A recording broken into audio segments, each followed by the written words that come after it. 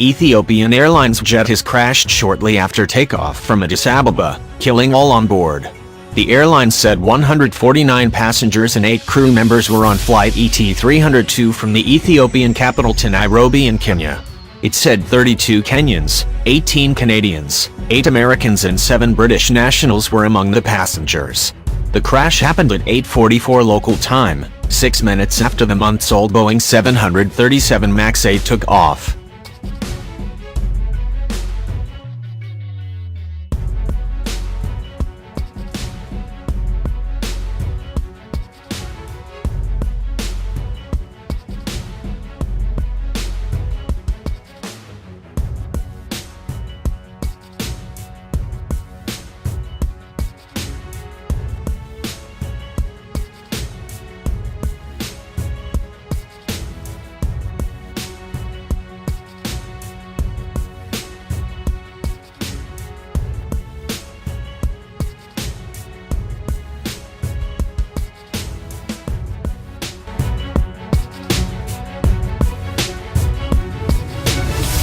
Ethiopian Airlines blogger, an eyewitness at the scene, told the BBC there was an intense fire as the aircraft hit the ground.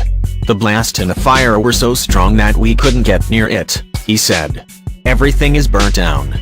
Ethiopian Airlines black boxes arrive in France. The flight recorders for Ethiopian Airlines Flight 302 have arrived in Paris, where they will be analyzed for potential clues into Sunday's plane crash.